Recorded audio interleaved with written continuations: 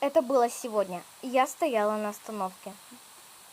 Я позвонила маме и сказала, что у меня нет проездного. Она сказала, а где он, когда?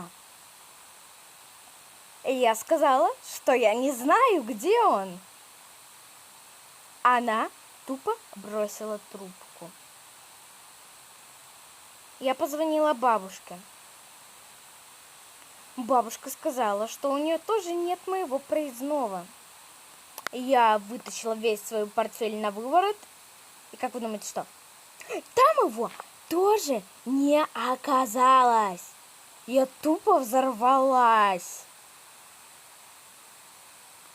Позвонила бабушка.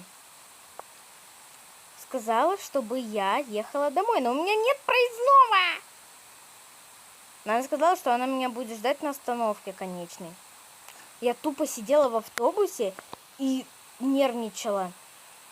Она все-таки была на остановке, заплатила за меня. И как вы думаете, что? Проездного нигде не было. Никто не знал, где он. И вот так вот мы его и потеряли.